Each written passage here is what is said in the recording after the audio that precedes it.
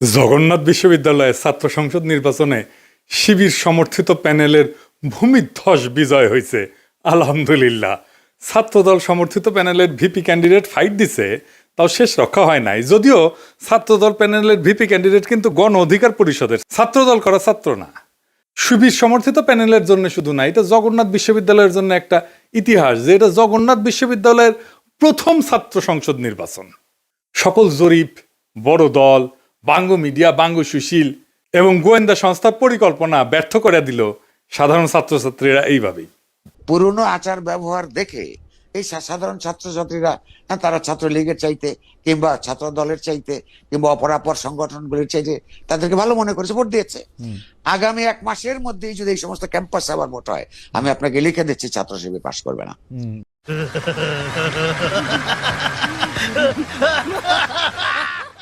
ইদানিং তো আবার জরিপ চলতেছে। জরিপে দেখা যায় বিএনপি ছাড়া কথা নাই। 70% লোক নাকি বিএনপিরে ভোট দিবে। এমিনেন্স একটা জরিপ করেছে, ওর মালিক আমার মেডিকেলের 3 বছরের জুনিয়র জাসদ করেছিল। ওর এনজিও হেলথ নিয়ে কাজ করে ওই এমিনেন্স। এখন নতুন ধান্দাবাজিতে নামিছে। শামিম শুনো, 70% লোক বিএনপিরে ভোট দিবি, হদ দিবি, পাশা পাইতে দিলে হোগাত ছাপ্পা দিয়ে দিবি, হ্যাঁ ব্যালটে দিবি পাবলিকে। এই জগন্নাথের ইলেকশন নিয়েও জরিপ করেছিল, কইছিল ছাত্রদল জিতবি। সেটা আবার বাসস, তার মানে বাংলাদেশ সংবাদ সংস্থা ছাপিয়েছিল, মানে সরকারি সংবাদ সংস্থা। এটি মাহবুব মুর্শেদকে চাকরি দিছে আসিফ নজরুল। পুরা আওয়ামী লীগ আমলে আওয়ামী লীগের সাথে সিস্টেম করে চলিছে। মাঝে মাঝে কুরকুরে নিয়ে উঠলে আমার নিয়ে স্ট্যাটাস মারতো। এটা আছে না, সুশীল গেরে একটা কুরকুরে নিয়ে আছে, পিনাকিরে নিয়ে স্ট্যাটাস মারে, আসলে আওয়ামী লীগ। কিন্তু মাঝে মাঝে আবার ভাব দেখায় আমি আওয়ামী লীগ না। ওরে নিয়ে এমডি বানাইছে বাসসের। মানে বাসসের এমডি হবে সাংবাদিকতার সিনিয়র সাংবাদিক, তা না ওক নিয়ে বসেছে। এইভাবে আসিফ নজরুল বহুত বালসালরা চাকরি দিছে। এখন সব কয়টা বিএনপির সার্ভিস দিতেছে, এইভাবে সার্ভিস দিতেছে। এরা জানে বিএনপি ক্ষমতা না আসতে পারলে হোগাত লাতি দিয়ে খেতাবে, তাই হোগা দিয়া পাহাড় ঠেলিচ্ছে। যেটি লাতি খাবি সেটা দিয়ে পাহাড় ঠেলিচ্ছে। এইগুলা এভাবে পুরা প্রফেসর ইউনূসের প্রশাসন বিএনপির জন্য খাটিচ্ছে, অভিনব উপায়ে খাটিচ্ছেন। এটা কথা কয়েনি প্রফেসর ইউনূসের প্রশাসন, উপদেষ্টা মণ্ডলী শুনেন, মন দিয়ে শুনেন। বৃহত্তর বিএনপির প্রফেসর ইউনূসের উপদেষ্টা পরিষদের শাখার সদস্যরা এবং প্রশাসনে বিএনপির লেসপেন্সাররা শুনে রাখেন, আপনারা রাষ্ট্রের কর্মচারী, ওই রাষ্ট্রের মালিক জনগণ, বিএনপি না। মাথায় রাখেন, একদিন না একদিন জনগণের সরকার আসবে ক্ষমতাত, সেদিন কিন্তু কোনো ছাড় পাবেন না। সেই সরকার প্রফেসর ইউনূসের সরকারের মতো ধ্বজভঙ্গ সরকার হবে না। সেই সরকার হবে জুলাইয়ের আগুনে উদ্দীপ্ত সরকার। হোগার চামড়া কিন্তু তুলে নেওয়া হবে, মাইন্ডি পলাহে পারবেন না। রাষ্ট্রের কর্মচারী হিসেবে নিরপেক্ষ থাকবেন, সামান্যতম পক্ষপাতিত্ব করবেন তো সেইটার কাফফারা দিতে হবে, মাপ নাই। সেই কাফফারা ভয়ঙ্কর হবে, সরি কওয়ার কলের টাইম পাবেন না। এবার আসেন আমরা দেখি কেন ছাত্রদল এভাবে হারিচ্ছে আর নাম হয়েছে হারু পাট্টি। হ্যাঁ বুঝে চাও। এই আলাপগুলো আমরা অনেক আগের থেকেই করিচ্ছি। প্রথম কারণ হইতেছে তাদের দীর্ঘদিন ছাত্রদলে কোনো রিক্রুটমেন্ট নাই, নতুন ছাত্র ঢোকেনি। না ঢুকলে দল থেকে আওয়ামী বিরোধী ছাত্র রাজনীতি তো বন্ধ থাকে নাই, তাই না? ওরা কয় যে শিবির আছে কারণ ওরা গুপ্ত রাজনীতি করছে। তা আওয়ামী বিরোধী ছাত্র রাজনীতি কি বন্ধ ছিল? ছাত্রলীগের লুঙ্গির তলে ছিল নাকি শিবির? নূরের দল তাইলে কেমনে তৈরি হইল? নাহিদ আসিফরা কিভাবে তৈরি হইল? ওরা তো গুপ্ত রাজনীতি করে নাই। শিবির প্রকাশ্য রাজনীতি করে নাই, কারণ সে বিপ্লবী রাজনীতি করছে। বিপ্লব মানে এক্সিস্টিং সিস্টেমের রাপসার, এটার ভেঙে ফেলতে হয়। যেই শক্তি প্রকাশ্য সে ইতিমধ্যে রাষ্ট্রীয় নজরদারির ভিতরে থাকে, তাই সে রাপসার করতে পারে না এক্সিস্টিং সিস্টেমকে, বিপ্লবী হইতে পারে না। বিপ্লব মানে অসম লড়াই। এইখানে ট্রান্সপারেন্সি থাকাটা আত্মঘাতী, গোপনীয়তা এখানে নৈতিকতা না, এইখানে স্ট্রাকচারাল নেসেসিটি। বিপ্লবী হইতে হইলে তাকে গোপনে রাজনীতি করতে হবে। এই কাজটা করেছে শিবির, সেই জন্য বিপ্লবী ক্যারেক্টার নিয়ে দাঁড়াইছে। সেই জন্যই তারা এই ভূখণ্ডের ইতিহাসে সবচেয়ে শক্তিশালী ছাত্র সংগঠন হিসেবে উত্থিত হয়েছে। গুপ্ত ছিল, ছাত্রলীগের লুঙ্গির তলে ছিল, এইসব বইলা লাভ হয়েছে কেন? হয় নাই, হবেও না। এইবার দ্বিতীয় ইস্যু, বিএনপির ভুল রাজনীতি। ভুল বলাটা ঠিক না, মানে যেই রাজনীতি করতেছে মুক্তিযুদ্ধের চেতনা মারাইতেছে সেটা আত্মঘাতী হইতেছে। ক্রমাগত তারা মুক্তিযুদ্ধের চেতনা ডুবন্ত নৌকায় চইরা নিজের রাজনৈতিক ভবিষ্যৎকে ধ্বংস করিচ্ছে। মানুষজন এই কথা আওয়ামী লীগ আর বামেদের কাছে শুনিছে, তো এখনো শুনে, তাই না? এতদিন 15 বছর ধরে শুনিছে, মাইক লাগে শুনিছে। তারা এই কথার প্রতিধ্বনি যখন বিএনপির কাছে শুনে, সে তখন মনে করে আরে এটা তো আওয়ামী লীগ, এটাই তো ইন্ডিয়ার বন্ধু। আর সত্যি সত্যি যখন ইন্ডিয়ানদের উচ্ছ্বাস দেখে তারেক রহমানকে নিয়ে, আর তারা প্রকাশ্যেই বলে তারেক রহমান আর বিএনপি তাদের পছন্দের দল, তখন মানুষ দুয়ে দুয়ে স্যার মিলায়। সুবীর ভৌমিকের কথাটা আবার শুনেন, এডিটর সাহেব শুনান। ভারত বাংলাদেশে কোন সরকার চাইবে? খুব সোজা উত্তর আমি তোমায় দিয়ে দিচ্ছি। Awami League is not in election, next best option is BNP, obviously not Jamaat. তারা অলরেডি 50 লাখ লোক নিয়ে জেহার টেয়াদের হুমকি দিচ্ছে, ফলে জামাত অবভিয়াসলি ইন্ডিয়া চাইবে না। অত অনেক কথা, ডিপ্লোম্যাটিক কথা বলে তো লাভ। কানেকশনটা হচ্ছে 71। আমরা একসাথে, আমার সৈন্য এবং মুক্তিযোদ্ধারা রক্ত ঝরিয়েছে, সেই সুবাদে Awami League. This is the historical fact. তো এই জায়গাতে হঠাৎ করে আজকে অন্য কিছু ডাইনামিক্স চলে আসবে, এটা তো আশা করাটাও ভুল। কিন্তু যে গভর্নমেন্ট আসবে তার সাথে ইন্ডিয়াকে তো ডিল করতে হবে। শুনেছেন?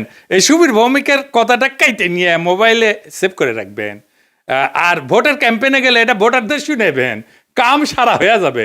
ভোটার পাশায় ছাপ দিয়া ভোট দিবে বিএনপিতে। আর তার উপরে যদি দেখে সেই আওয়ামী লীগের অলিগার্ক লবণ কামালদের সাথে তারেক রহমানের হাত মিলায়, তখন পাবলিকে বুঝে যায় এটা সেই আগের বন্দোবস্ত। আমরা হাসিনাকে তাড়াইছি, কিন্তু তার তৈরি বন্দোবস্ত এখনো আছে, আর এই বন্দোবস্তের মালিকানা নিছে বিএনপি। আওয়ামী লীগের এই বন্দোবস্ত, এই শক্তি বিএনপিকে আশ্রয় করে আবার শক্তি নিয়ে ফিরে আসতেছে, যেন আপা চট করে ঢুকে যাইতে পারে। ইউনিভার্সিটিগুলোতে বিএনপির এই অবস্থা হইতো না যদি আমার চাইনিজ বুদ্ধি নিত। সেটা তো বিএনপি শুনবে না, সে শুনবে ভুট্টো সাহেবের কথা। যাই হোক, আমার ক্ষুদ্র ভাতারা কবে আন্নার কাছে দাদা সব স্ট্র্যাটেজি থাকে না, তা থাকে না।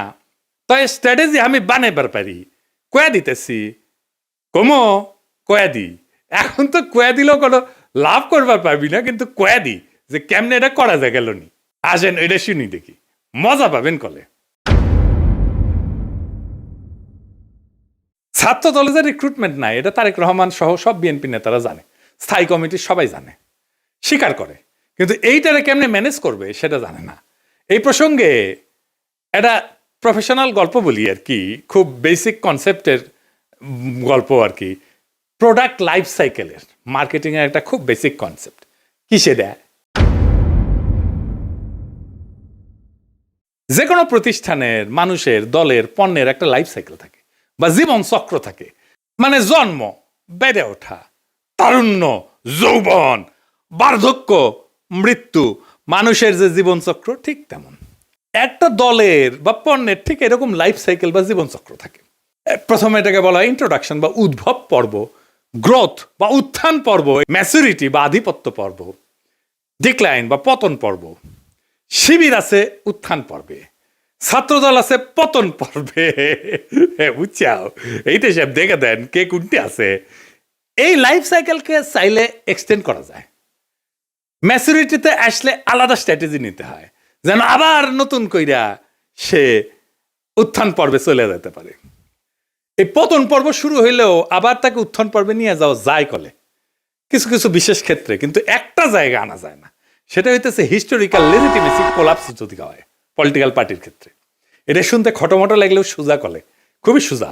মানে আমি যা বইলা আমার বৈধতা আনিছি তার উল্টা কাজ করলে লেজিটিমেসি কোলাপস হয়। এইটা ছাত্রদল আর বিএনপি দুইটারই হয়েছে। বিএনপি মুক্তিযুদ্ধরে তার পলিটিক্যাল অ্যাঙ্কার বানাইছে, উঠি খুঁটি গাড়িছে, কিন্তু বিএনপি ছিল আওয়ামী লীগের মুক্তিযুদ্ধের বয়ানের অ্যান্টিথিসিস। মুক্তিযুদ্ধ হয়েছে বাঙালি জাতীয়তাবাদের স্লোগান নিয়ে, তাই না? সংবিধানে তো ঢুকেছে। তো বিএনপি আসছে বাংলাদেশি জাতীয়তাবাদ নিয়ে। মুক্তিযুদ্ধের চেতনা ছিল ধর্ম নিরপেক্ষতা, বিএনপি আনিছে পরম করুণাময় আল্লাহ তাআলার উপর পূর্ণ আস্থা এবং বিশ্বাস। আওয়ামী মুক্তিযুদ্ধের লক্ষ্য ছিল সমাজতন্ত্র, বিএনপি কইছে না না, সমাজতন্ত্র মানে যদি হয় অর্থনৈতিক এবং সামাজিক ন্যায় বিচার, তাইলে ঠিক আছে, অন্য সমাজতন্ত্র আমি মানি না। বিএনপি ওইটা নিয়ে লেজিটিমেসি পাইছিল, ওই লেজিটিমেসি কোল্যাপস করেছে 2024-এর 5ই আগস্টের পরে, যখন মুক্তিযুদ্ধ। এই জন্যই বিএনপি জিততে পারবে না। সামনের ইলেকশনে। কিন্তু ছাত্রদল এটা ডিক্লাইন ফেজে গেছে আরো আগেই, মানে বিএনপির লেজিটিমেসি কোলাপস করার আগেই গেছে। সেই জন্য আমি কইতেছি যে কিভাবে বিএনপি যদি লেজিটিমেসির কোলাপস না হইতো তাইলে ছাত্র দলকে বাঁচাইতে পারতো, এখন সে চাইলেও পারবে না বাঁচাইতে। কেমনে পারতো? প্রথমে ছাত্র দলকে বিলুপ্ত করে দিতে হইতো, থেকে লাভ নাই, কারণ দল তো নাই, সমর্থন নাই, রিক্রুটমেন্ট নাই, থেকে লাভ কি? ভোটে জিতে না, হারু পাট্টি। তাইলে এটারে বিলুপ্ত কইরা সবাই রে বৈষম্য বিরোধী ছাত্র সংগঠনে একীভূত করতে হইতো। এটা হইলে বৈষম্য বিরোধী ছাত্র সংগঠনের সবচেয়ে বড় স্টেক হোল্ডার হইতো ছাত্রদল থেকে আসা লোকগুলা। বৈষম্য বিরোধী ছাত্র সংগঠনই হইতো বিএনপির গণছাত্র সংগঠন। সে আরো বৃহত্তর ঐক্যের চেষ্টা করতো, ছাত্র অধিকার পরিষদকে নিত, ইনকিলাব মঞ্চকে নিত, এরকম ছোটখাটো দলগুলোকে সে ঢুকায় ফেলতো, একীভূত করে ফেলতে পারতো। তাইলে শিবিরের একটা শক্তিশালী বিরোধী দল দাঁড়াইতো। এটা হইলে শিবিরের সাথে শক্ত ফাইট দিতে পারতো, অনেক জায়গায় জিতেও যেতে পারতো। আর যে রিক্রুটমেন্টের গ্যাপ তৈরি হয়েছে সেটা পূরণ হইতো, কারণ এই বৈষম্য বিরোধী ছাত্ররা তো ছাত্রদল করে না, এরা তো নতুন তরুণ, আরো তরুণ, এরা ঢুকতো, তাইলে তার গ্যাপটা পূরণ হইতো।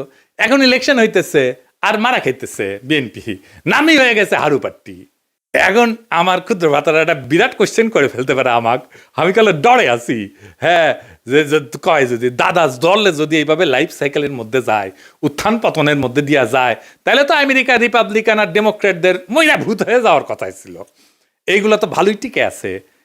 তো মাঝে মাঝে বুঝছাও আমার মনে হয় যে আমি দিনে 4-5টা করে ভিডিও বানাই, ব্যানে এগুলো ব্যাখ্যা করি।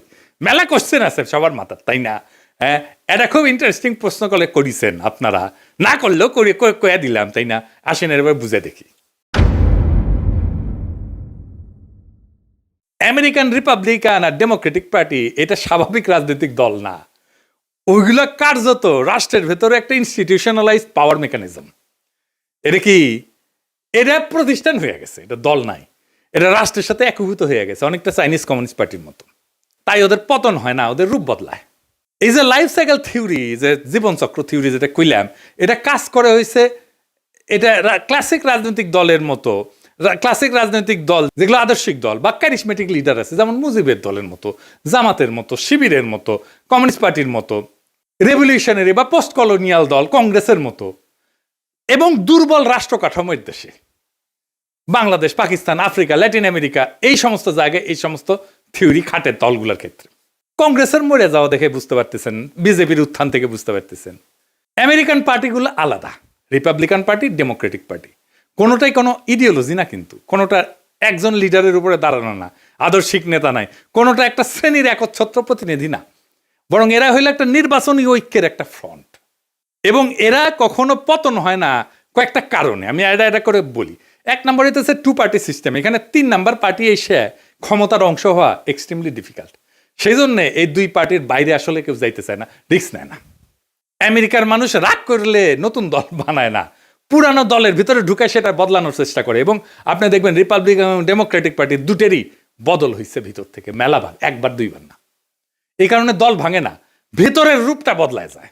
এখানে পার্টি মানে কিন্তু দর্শন আদর্শ না, রিপাবলিকান মানে একটা জিনিস না, কিন্তু একটা পার্টি না। এর মধ্যে রিগানের কনজারভেটিভ পার্টি আছে, বুশের নিউকন আছে, ট্রাম্পের পপুলিস্ট পার্টি আছে, ন্যাশনালিস্ট পার্টি আছে। ডেমোক্রেটিক মানেও এক জিনিস না, ক্লিন্টনের নিও লিবারেল আছে, ওবামার টেকনোক্রেটিক পলিটিক্স আছে, বার্নি স্যান্ডার্সের ডেমোক্রেটিক সোশ্যালিস্ট আছে।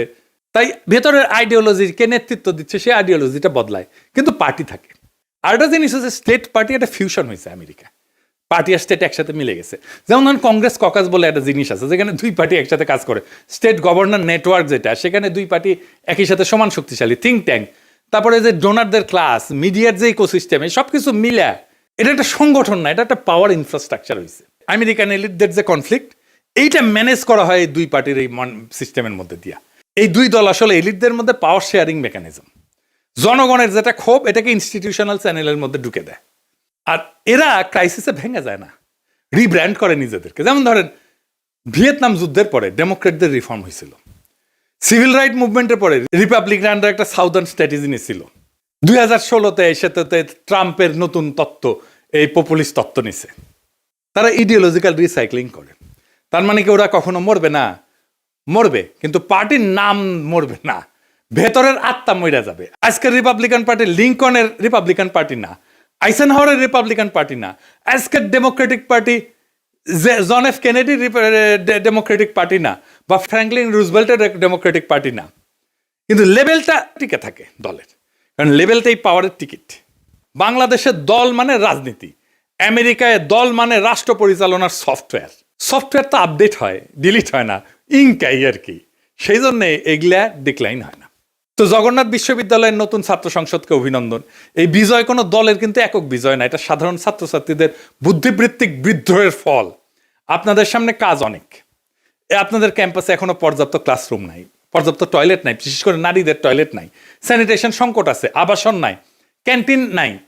এই সমস্যাগুলো আজও সমাধান হয়নি, কারণ এগুলো কখনোই রাষ্ট্রের কাছে অপরিহার্য সংকট হয়ে ওঠেনি। এখন দায়িত্ব আপনাদের এই সংকটগুলোকে দাবি থেকে প্রয়োজন, প্রয়োজন থেকে অনিবার্যতায় রূপান্তর করার। রাষ্ট্র সাধারণত তখনই নৈরাচরে বসে যখন বোঝে এই সমস্যার সমাধান না হলে স্বাভাবিক শাসন চলবে না। আমি বিশ্বাস করি ঐতিহাসিক ছাত্র সংসদ যদি সংগঠিত, ধারাবাহিক এবং নৈতিক চাপ তৈরি করতে পারে, তাইলে এই ক্যাম্পাসের বাস্তবতা বদলাইতে বাধ্য হবে। আর একটা কথা পরিষ্কার করিয়া বলি, প্রফেসর ইউনূসের সরকার এবং প্রশাসনকে রাষ্ট্রের কর্মচারীরা কারো দলীয় সম্পদ না। রাষ্ট্রের মালিক জনগণ। সময় বদলায়, সরকার বদলায়, কিন্তু দায় থেকে কেউ কিন্তু মুক্ত হয় না। আজ যারা সিদ্ধান্ত নিচ্ছেন যে আপনারা বিএনপির ক্ষমতায় আনবেন এবং বিএনপির লেসপেন্সারি করবেন, আপনাদের মনে রাখা উচিত ইতিহাস কখনো হঠাৎ বিচার করে না, কিন্তু একদিন ঠিকই হিসাব খুঁড়ে নেয়। আর এই ছাত্র সংসদের কাছে আমার প্রত্যাশা একটাই, আপনারা ভবিষ্যতের জন্য রাজনীতি তৈরি করবেন। এই ক্যাম্পাসের ভাষা যদি বদলায়, তাহলে দেশ বদলাতে তো সময় লাগবে না। আশা করি আগামী ফেব্রুয়ারিতে আমাদের বন্ধুসুলভ সরকার আসলে আপনাদের যতগুলো সমস্যার কথা বললাম, এই সমস্যাগুলোর সমাধানের জন্য আমি ব্যক্তিগতভাবে আপনাদের সাথে থাকব। ফেব্রুয়ারিতে আমাদের ফ্রেন্ডলি সরকারি ক্ষমতায় আসতেছে ইনশাল্লাহ। চান্দাবাজ, ধান্দাবাজ, লুটেরা, ইন্ডিয়ার নব্য লেসপেন্সারেরা ক্ষমতায় আসবে না। আমি যে এপিসোডের পরে ইনকিলাব বলি, ওইটা কিন্তু শুধু স্লোগান না। ইনকিলাব মানে বদল, ইনকিলাব মানে বিপ্লব, ইনকিলাব মানে ভেঙ্গা চুইরা নতুন ভাবে গড়ে তোলা, ইনকিলাব মানে দেশ এবং জাতির জন্য অপরিহার্য হইয়া ওঠা। ইনকিলাব জিন্দাবাদ।